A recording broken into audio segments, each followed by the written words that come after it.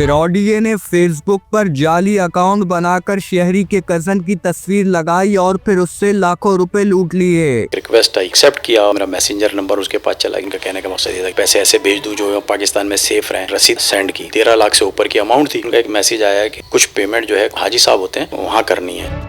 कराची के एक मुतासरा शहरी हमारे साथ मौजूद हैं कि स्कैम का निशाना बने हैं। इनको स्कैम का निशाना किस तरीके से बनाया गया और इनकी कुछ कहानी भी एक मुख्तलिफ है। कहानी क्या है, सैयद हसन हमारे साथ मौजूद हैं, इनसे जान लेते हैं। हसन साहब, ये बताएं, बड़ी मुख्तलिफ आपकी कहानी चल रही है, मामला क्या है, किस तरीके से स्कैमर्स ने आपको निशाना बनाया, तकरीबन कितनी तखमीन आपको लगाया गया है या कितनी रकम का? ये स्कैम में आने की सबसे बड़ी वजह यह है कि वो जो मेरी कज़न की जो उन्होंने फेसबुक हैक की, उससे उनकी मेरे पास एक रिक्वेस्ट आई। बहुत करीबी कज़न है मेरे, मैंने उसको एक्सेप्ट किया और जैसे ही मैंने एक्सेप्ट किया तो मेरा मैसेंजर नंबर उसके पास चला गया, स्कैमर के पास। 1 जून से उसने मुझे कुछ मैसेजेस करने शुरू किए जिसमें मैं ज़रूरी बात करना चाहता हूँ। व्हाट्सएप नंबर मुझे से शेयर कर लें, क्योंकि उनका पहले नंबर मेरे पास व्हाट्सएप था और मेरी कभी कभार उनसे चैटिंग वगैरह होती रहती थी। तो मैंने उनको अपना नंबर दोबारा भेज दिया। मैसेंजर पे ही मैसेज भेजा कि आप व्हाट्सएप पे आ जाओ। तो मैं खैर उस पर चैटिंग करना शुरू कर दी, लेकिन चैटिंग के साथ ही जब उन्होंने कहा बहुत ज़रूरी काम है तो मैंने कहा मैं पूछ लूँ तो ज़्यादा बेहतर है। मैंने उसको कॉल की तो उन्होंने कॉल अटेंड नहीं की। मुझे फ़ौरन एक मैसेज लिख के भेजा कि क्योंकि कॉल पे बात नहीं हो सकेगी, क्योंकि यहाँ पे VPN वगैरह का कोई एक सिलसिला चल रहा है, कोई प्रॉब्लम चल रही है इस वजह से आपकी, तो आप मुझसे इसी तरीके से बात कर लो। तो मैंने कहा अच्छा ठीक है। मैंने कहा भाई क्या प्रॉब्लम थी, आप मुझे बताएं। तो उन्होंने मुझे कुछ अपनी फैमिली प्रॉब्लम्स वगैरह बताई, कुछ पैसे ऐसे बेचते थे। तो उनका कहने का मकसद ये था कि वो मिसयूज़ हो जाते हैं, तो मैं चाह रहा हूँ कि कुछ पैसे ऐसे भेज दूँ जो पाकिस्तान में सेफ़ रहें, कि मैं कभी पाकिस्तान विज़िट वगैरह करूँ तो मेरे भी यूज़ में आ जाएं। और मैं तो मेरे जहन में ये था कि ये मैक्सिमम 50,000 लाख रुपए तक का कोई मामला होगा, लेकिन फिर भी मैंने उनसे इस बात को इंसिस्ट किया कि यार मैं अकाउंट नंबर आपको दूंगा और आप मुझे जब ट्रांजैक्शन करोगे तो मुझे यकीनन सी बात है आगे क्योंकि मेरे रजिस्टर्ड मामला हैं इनकम टैक्स FBR वगैरह में, तो मुझे जस्टिफाई करना पड़ेगा कि ये पेमेंट्स वगैरह कहाँ से आई। तो उन्होंने कहा नहीं, मैं आपके अकाउंट में तो नहीं भेजूँगा। अच्छा, क्योंकि उन्होंने मुझे ट्रैप करना, तो उन्होंने सारी चीज़ें ऐसी बताई कि जो मैं आहिस्ता आहिस्ता मुझे कॉन्फिडेंस बिल्डअप होता गया। उन्होंने बताया कि नहीं, असल में होगा ये कि मैं जब अकाउंट से ट्रांसफ़र करूँगा तो उसमें जो चार्जेस बहुत ज़्यादा कटते हैं, तो मैं किसी प्राइवेट कंपनी से कर दूँगा। तो मैंने कहा ठीक है। तो उन्होंने कहा मुझे प्राइवेट कंपनी के लिए आपका शनाख्ती कार्ड चाहिए होगा, नंबर तो आपका मेरे पास आ ही गया है।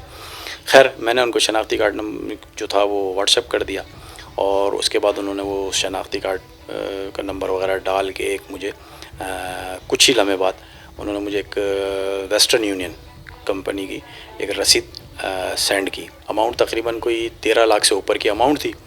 तो मैंने फ़ौरन उनको मैसेज किया, मैंने कहा ये तो बहुत बड़ी अमाउंट है जो कि मुझे जस्टिफाई करने में थोड़ा प्रॉब्लम होगी। तो उन्होंने कहा नहीं, वो आपको अकाउंट में डालने की ज़रूरत है, आप अपने पास रख लीजिएगा और ये वो। उन्होंने बहुत सारी बातें मुझसे इस किस्म की कहीं। तो मैंने कहा ओके, मैं देखता हूँ, चेक करता हूँ। कि उन्होंने कहा कि कुछ देर बाद आपके पास शायद हो सकता है कन्फर्मेशन का कॉल आई। मैंने खैर मुझे पता है कि वो इंटरनेशनल ट्रांजैक्शन में अक्सर बेशतर आती है अगर कोई बड़ा अमाउंट होता है। तो खैर कुछ देर बाद मेरे पास एक कॉल आई और उन्होंने मुझसे जो फर्दर इन्फॉर्मेशन होती है ट्रांजैक्शन से रिलेटेड उन्होंने मुझसे पूछी। मेरा नाम पूछा, भेजने वाले का नाम पूछा, पर्पस ऑफ ट्रांजैक्शन पूछी, उनसे रिलेशन पूछा। अब जहाँ तक एक कॉन्फिडेंस बिल्डअप हो गया, एक चीज़ प्रॉपर हो गई और उन्होंने अपना कॉन्फिडेंस भी मुझ पे बिल्डअप कर दिया कि मैं एक बहुत बड़ी अमाउंट भेज चुका हूँ। अब उनके दिल में क्या था ये खैर वो उस वक्त तक मुझे नहीं पता था। खैर ये सारी ट्रांजैक्शन होने के बाद और सारी चैटिंग होने के बाद तो मैंने उनसे कहा, मैंने कहा यार ये इतनी बड़ी अमाउंट का मैं क्या करूँ। तो कहने कि आप ऐसा करें कि ये आप अभी निकाल के ले आइएगा, और क्योंकि ये ट्रांजैक्शन इंटरनेशनल, जो बैंक वाले ने भी मुझे बताया था कि 4 से 5 घंटे लगते हैं और लगते भी हैं। तो उसने कहा था आप 4 से 5 घंटे बाद ये ले लीजिएगा और ये या फिर कल 9 से 10 के दरमियान ले लीजिएगा। फिर 11:30 बजे के बाद उनका एक मैसेज आया कि हसन साहब मुझे जो है क्या कहते हैं कुछ पेमेंट जो है कोई इस्लामाबाद हाजी साहब होते हैं उनको इमिग्रेशन की मद में मैंने उनसे सर्विसेज ली थी, वहाँ करनी है 4 लाख रुपये करीब। तो मैंने उनसे कहा भी, मैंने कहा यार मैं तो उनको नहीं जानता, क्या कह नहीं वो आपको नंबर वगैरह भेज रहा हूँ मैं, आप जो है ना क्या कहते हैं उनसे कांटेक्ट कर लीजिएगा। और तो मैंने उनसे आर्गू भी किया कि भाई मतलब मैं उनको क्या बोलूँ, किस पर्पज़ में, किस में। अच्छा, वो पहले भी मुझसे एक बात कह चुके थे कि यार मेरे और आपके दरमियान की बात है, किसी को बताइए नहीं है। मतलब उन्होंने मुझे लूप में लिया था कॉन्फिडेंस। यहाँ पे भी वो मुझसे कहने लगे। तो मैंने उसको कहा, मैंने कहा मैं किसी अननोन आदमी को ट्रांजैक्शन करूँगा तो मुझे कुछ ना कुछ तो बताना पड़ेगा, डेफिनेटली बताना पड़ेगा। खैर वो बस उन्होंने कहा यार मेरे कुछ इमिग्रेशन के मामलात हैं तो उस वजह से। मैंने कहा ठीक है। मैंने जो हाजी साहब का जो उन्होंने नंबर मुझे मुहैया किया था, तो मैंने उस पर जब कॉल की तो वहाँ कोई बुर्दबार किस्म की आवाज़ थी। उन्होंने टेलीफोन उठाया और बताया कि मैं हाजी यूसुफ बात कर रहा हूँ और बिल्कुल उनकी पेमेंट है और उनको कुछ इमिग्रेशन के मामला थे और पेमेंट नहीं हुई। तो अब यहाँ से उन्होंने मुझे ना जिच करना शुरू किया कि अगर पेमेंट नहीं हुई तो उनका इमिग्रेशन कैंसिल हो जाएगा। उनसे बोल के भाई अपना सामान वामान जो है वो पैक कर लें। अब वो लड़का इतना अच्छा है, अम्बली है, तो मुझे एहसास हुआ कि ऐसा ना हो कि यार कोई परेशानी हो जाए।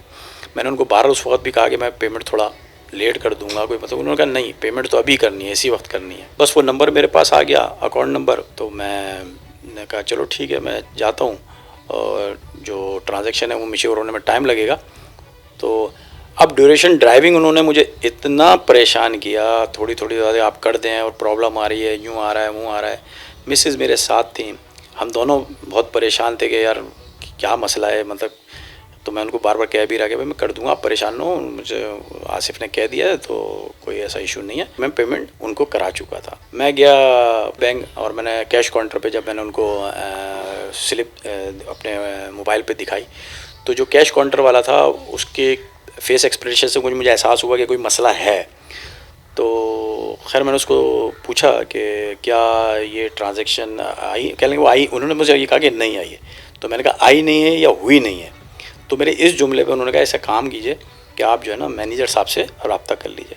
खैर वो मैं मैनेजर साहब के पास गया तो मैनेजर साहब ने खैर बड़ी मेरे साथ खैर हेल्प की उन्होंने मुझे, और उन्होंने देखा, चेक किया। तो चेक करने के बाद उन्होंने छूटते मुझे बताया कि नहीं यार ये ट्रांजैक्शन फ़ेक है और ये स्लिप भी फ़ेक है।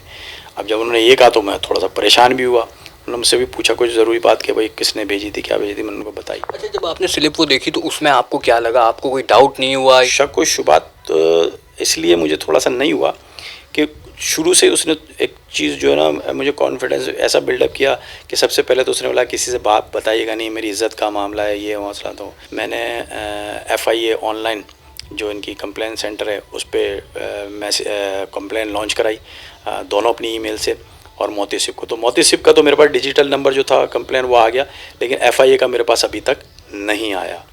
तो खैर आज तक इस चीज़ के इंतज़ार में हूँ कि कोई मुतल्लिक़ा इदारा किसी तरीके से रब्ता करके अगर कोई गुंजाइश निकलती है या कोई ऐसी है तो ज़रूर मेरे से रब्ता करे और ये मेरे नुकसान को पूरा करे।